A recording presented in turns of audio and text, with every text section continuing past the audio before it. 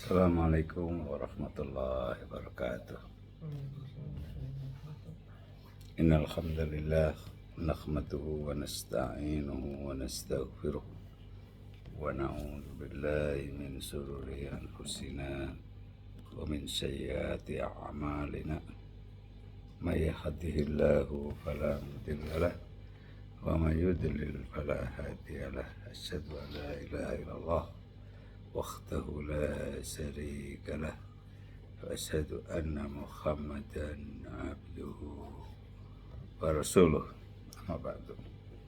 Hari ini Bapak akan ngasih materi yang sangat relevan untuk Ibrahim sama Hanif ya. Terkait kalian sebentar lagi ya, insya Allah ya, artinya menjadi seorang suami, menjadi seorang bapak ya, yang artinya sebentar lagi bekerja atau berbisnis apapun itu ya.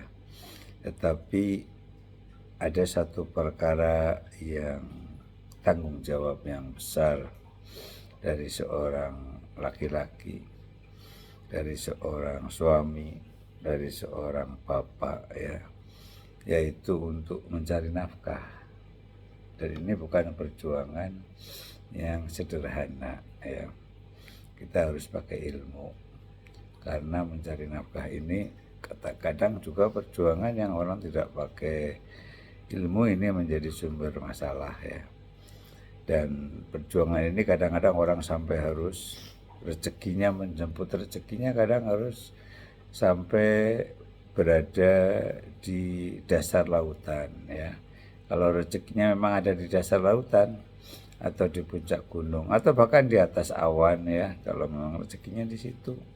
Ada orang yang harus pergi jauh di tengah hutan, ada orang pergi jauh ya sampai ke daerah kutub sana misalkan untuk rezeki, untuk keluarganya ya. Makanya dan kita memang butuh ya, apalagi seorang bapak untuk menafkahi anak, menafkahi istri ya.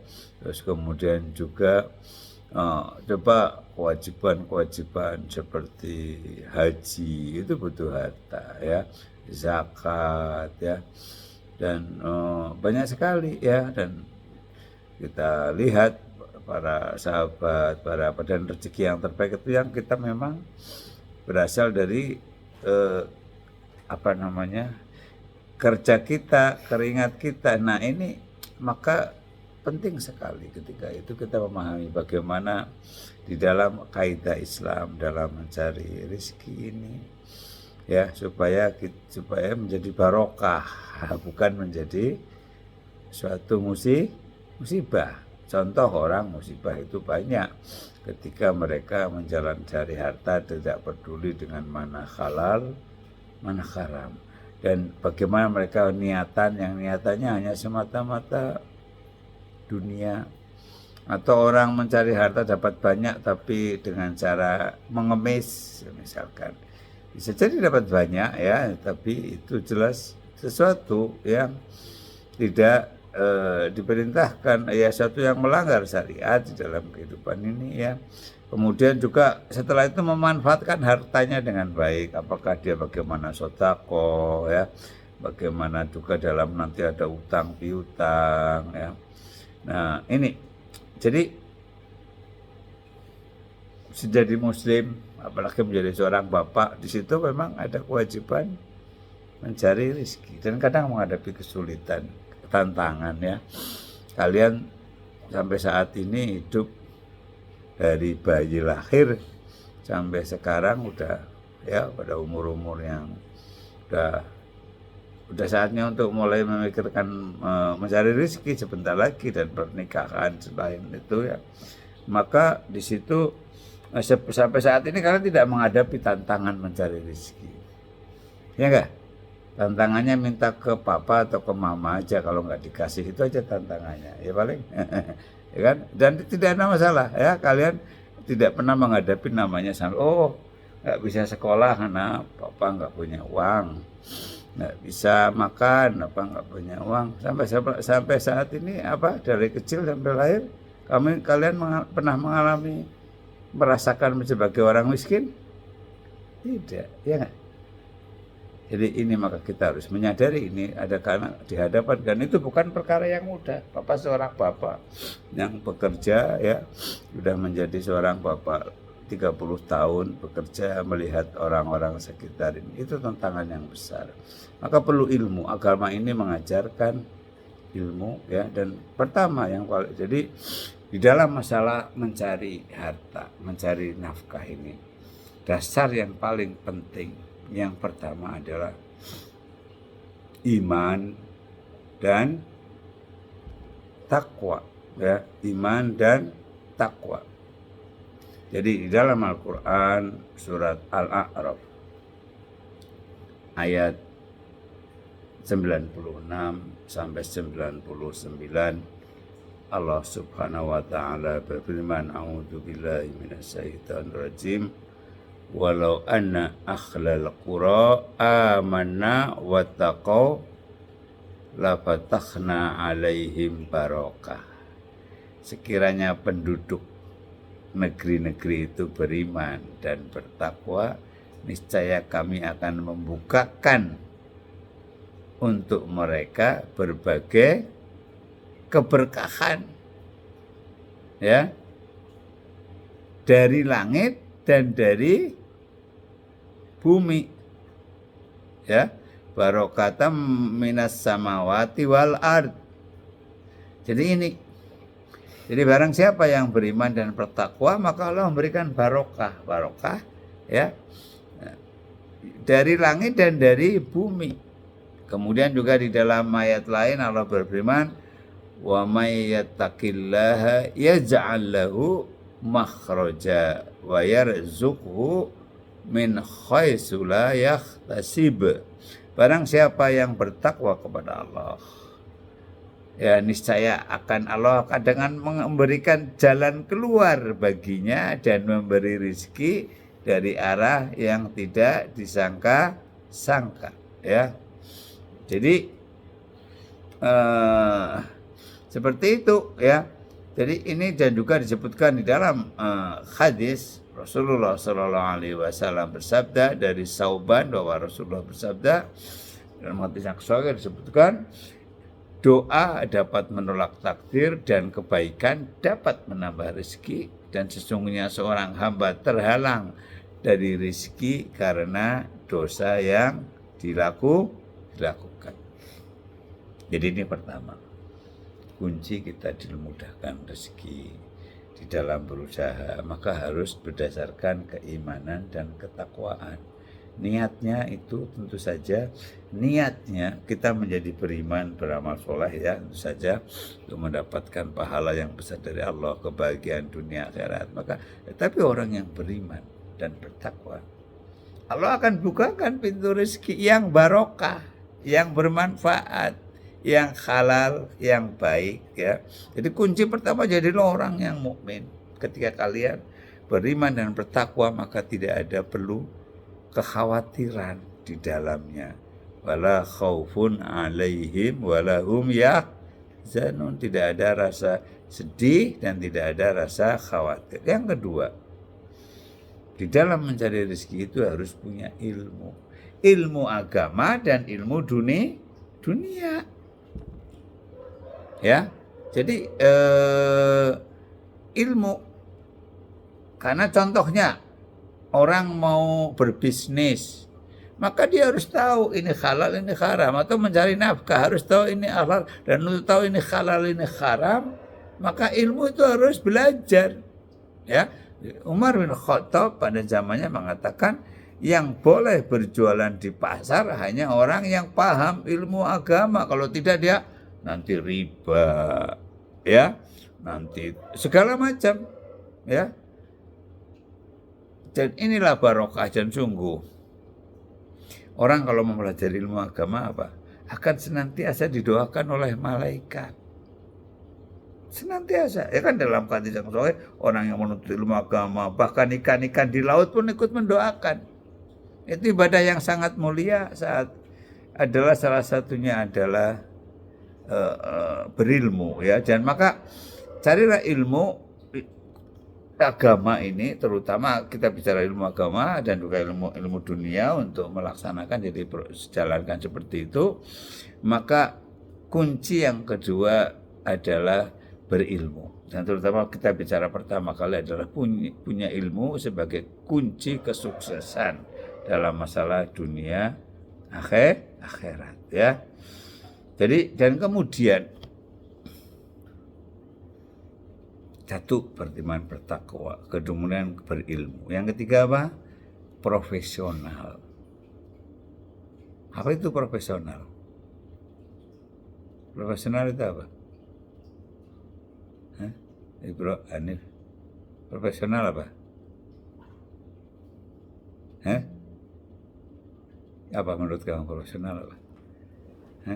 Profesional artinya dalam melakukan suatu pekerjaan apapun kita menguasainya ya, dan menjalankan dengan mencoba yang unjuk kerja yang terbaik, sungguh-sungguh ya, dan menghasilkan berusaha yang terbaik, tidak ngasal. Artinya disebutkan bahwa di dalam satu hadis terusnya Allah menyukai jika seorang diantara kita melakukan suatu pekerjaan, ia menguasainya, harus pakai ilmu, menguasainya dan menjalankan dengan sungguh-sungguh.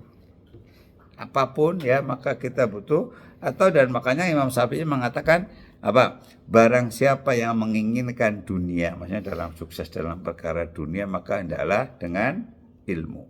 Dan barang siapa menginginkan akhirat, maka hendaklah dengan ilmu. Bapak suka selalu banyak ngomong kepada yang muda, orang baru awal berusaha atau awal bekerja ya. Maka di situ sungguh sepenting untuk konsentrasinya menambah ilmu. Ya, kerjaannya ilmu dunianya ya. Nah, maka di situ harus profesional adalah kunci seseorang. Di dalam mau jadi apa aja, di dalam mencari harta itu modalnya adalah profesional, adalah kunci supaya jalan. Jadi sungguh-sungguh ya, di dalam disiplin waktu, kemampuan untuk menjalankan dengan baik, mempelajari ilmu bidang yang kita akan hadapi itu. Maka ini menjadi kunci yang berikutnya. Yang berikutnya adalah kita harus paham betul tentang masalah juga, berusaha betul bahwa semuanya halal. Halal dari cara mendapatkannya, halal dari produknya. Orang menjual dengan cara profesional, dengan cara baik, tapi menjual makanan yang di situ sebenarnya mengandung keharaman. Ya. Dan ini nggak boleh. Jadi Bapak contohkan, orang mengemis itu termasuk haram, ya.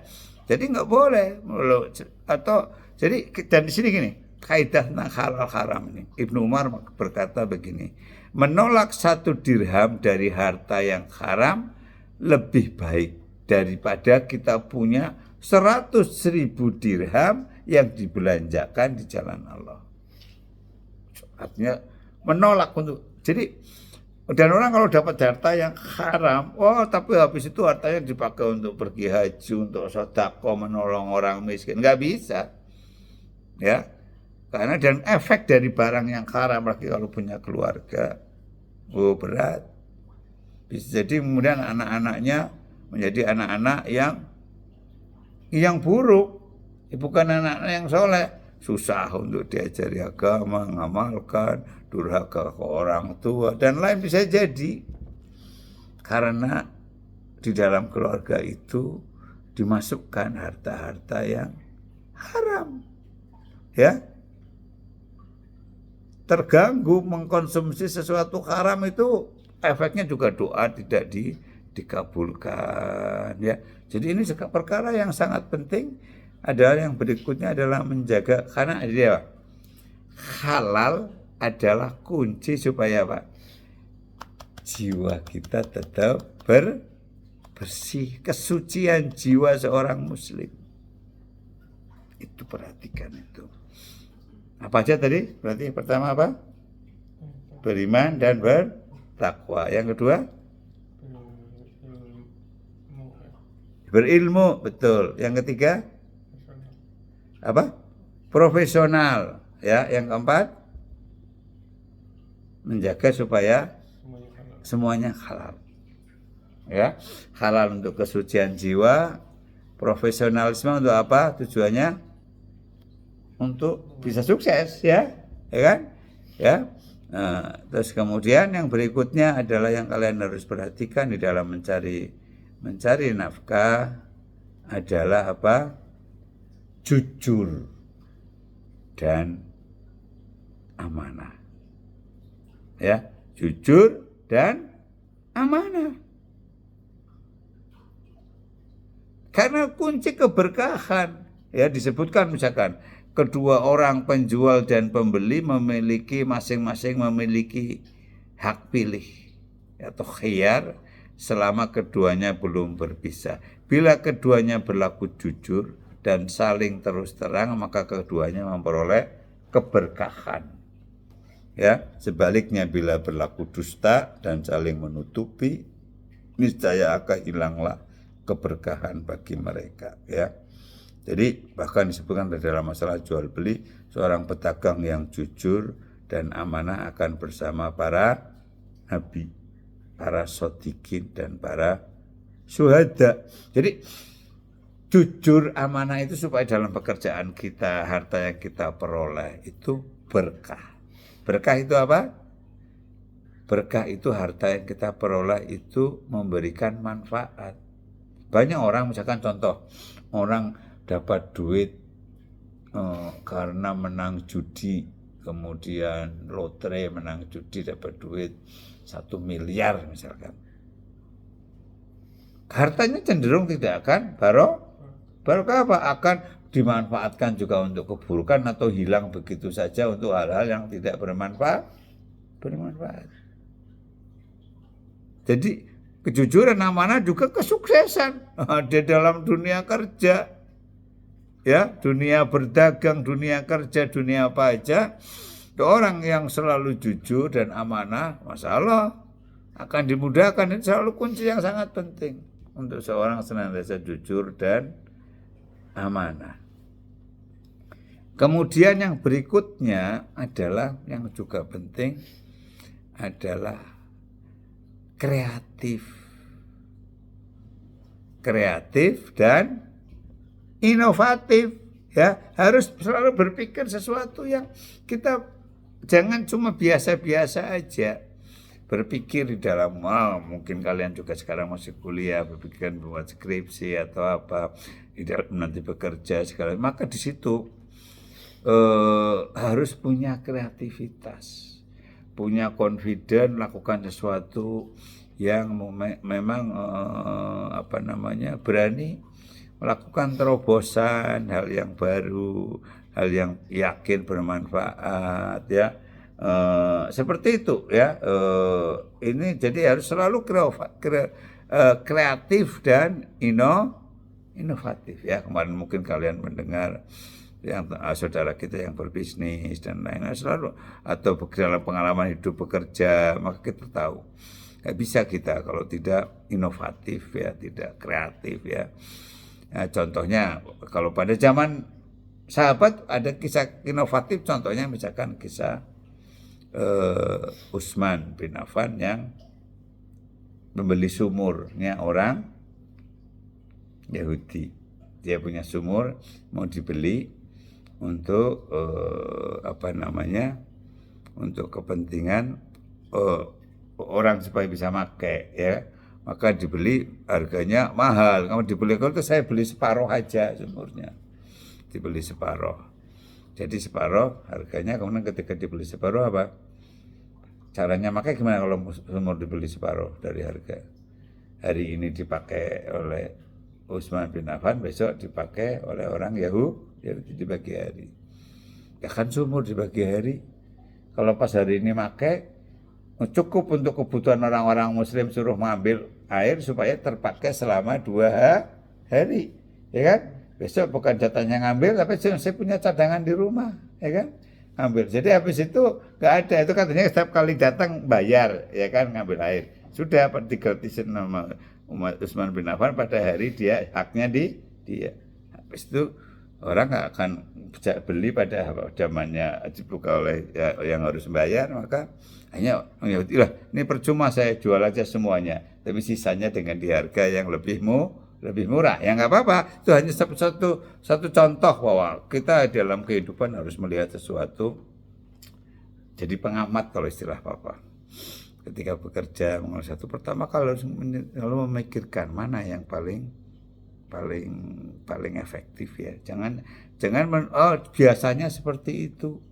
Dulu orang seperti ini, nggak harus ya. Kita itu ternyata harus bisa dirubah, bisa lebih efektif. Kita belajar ada ilmu baru, seperti itu. Maka yang berikutnya adalah sedekah. Ya, sedekah itu sangat penting, ya. Jadi karena apapun yang akan kita keluarkan Allah akan ganti. Ya. Allah akan ganti dan itu janji Allah. Ya, seperti kita memberikan pinjaman kepada Allah dan Allah akan balas di dunia dan di akhirat. Tapi kadang orang tidak merasa, enggak akan orang jatuh miskin karena sedekah. Sedekah itu ada yang wajib zakat. Tapi di luar itu cuma 2,5%. Di luar itu maka jadilah orang yang suka. Tujuannya mendapat pahala yang sangat besar di akhirat. Ya, bukti keimanan seseorang itu sedekah. Tidak mungkin seorang mukmin kok pelit. Ya. Jadi jadilah orang yang bahkan seluruh harta jadi bapak, nanti kalian jadi bapak. Harta yang kalian kasihkan ke istri, ke anak, ya itu sedekah. Apalagi kemudian, jadi maksud ke orang lain juga membantu orang miskin, anak yatim, saudara, janda, ya. Nah, istilah seperti itu menjadi juga untuk membantu amar ma'ruf nahi mungkar, membantu dakwah, ya. Maka gunakan itu, ya, menjadi harta yang kita peroleh, dan itu akan membuat dimudahkan oleh Allah mengalir juga di dalam urusan dunianya, ya. Jadi di dalam masalah rezeki, ya, maka banyak sekali hadis yang menunjukkan, ya, bahwa barang siapa bersedekah maka Allah akan lipat gandakan balasannya di dunia dan di akhirat, ya. Jadi tidak ada yang perlu ditakutkan, ya, untuk membantu orang. Selama jadi harta itu jangan sampai dipakai yang paling penting, jangan juga dipakai sampai untuk hal-hal yang maksiat. Itu pemberian dari Allah, ya. Jadi dan sedekah itu bahkan pangkal menjadi bahagia. Ya, pangkal juga dibukanya oleh Allah pintu-pintu rezeki, orang menjadi kaya banyak karena dia rasul orang-orang kaya dimudahkan semuanya itu karena mudah bersedekah. Walaupun kita bersedekah jangan minta balasan orang seperti itu di dunia, bukan kita minta balasan dari Allah, tapi Allah memberikan, melonggarkan seperti itu karena sebagaimana dijanjikan oleh Allah seperti itu, ya. Jadi juga yang berikutnya seperti beribadah, ya, tadi itu contohnya yang namanya orang antara pergi umroh, pergi haji itu juga menghapuskan dosa dan menghapuskan kefakiran dari diri seseorang. Itu saja. Jadi apa aja di dalam masalah harta ini, untuk mengelola harta supaya barokah, supaya baik, ya, dalam kalian mencari nafkah. Apa aja yang perlu diperhatikan tadi? Poin-poinnya apa aja? Pertama apa? Iman dan takwa. Yang kedua apa? Ilmu, ya, punya ilmu. Yang ketiga profesional. Yang keempat halal, ya. Terus yang kelima kreatif, inovatif. Yang ketujuh, yang keenam, ya, jujur ya dan amanah. Yang ke 7 sedekah. Satu lagi apa? Doa. Ya, Bapak tambahkan terakhir. Jadilah orang yang rajin berdoa. Sungguh di dalam kalian kalau sudah menjadi orang tua, menjadi bapak, kadang-kadang beban itu tidak ringan.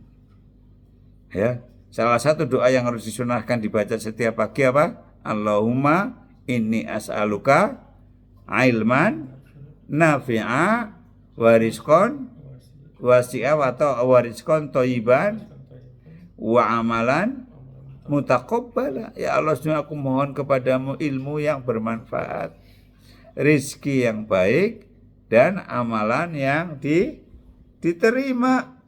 Ya, atau juga berlindung dari Allahumma ini a'udzubika minal fakri wal kilah wal dhilah wa a'udzubika min an adlima au'ud lama. Ya aku berlindung kepadamu dari kefakiran, dari kekurangan, dari kehinaan, berlindung dari perbuatan mendolimi atau didolimi, atau juga dalam masalah halal kan, Allahumma akfini bi halalika an haramika.